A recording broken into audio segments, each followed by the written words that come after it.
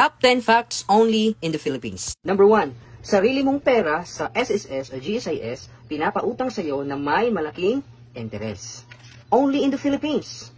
Mataas ang standard pero mababa ang sahod.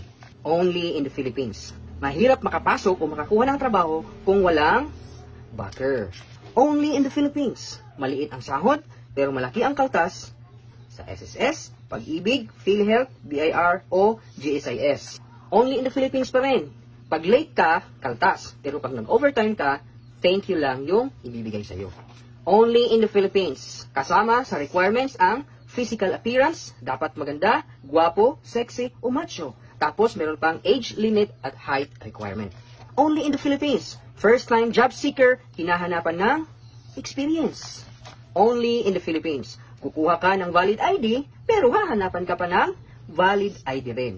Number 9, only in the Philippines. Pag magaling ka sa trabaho, dinadagdagan ka ng trabaho. Hindi dinadagdagan ang sweldo. At panghuli, only in the Philippines. Presyo ng mga bilihin ay mataas. Ngunit ang sahod ay di tumataas. Hay nako.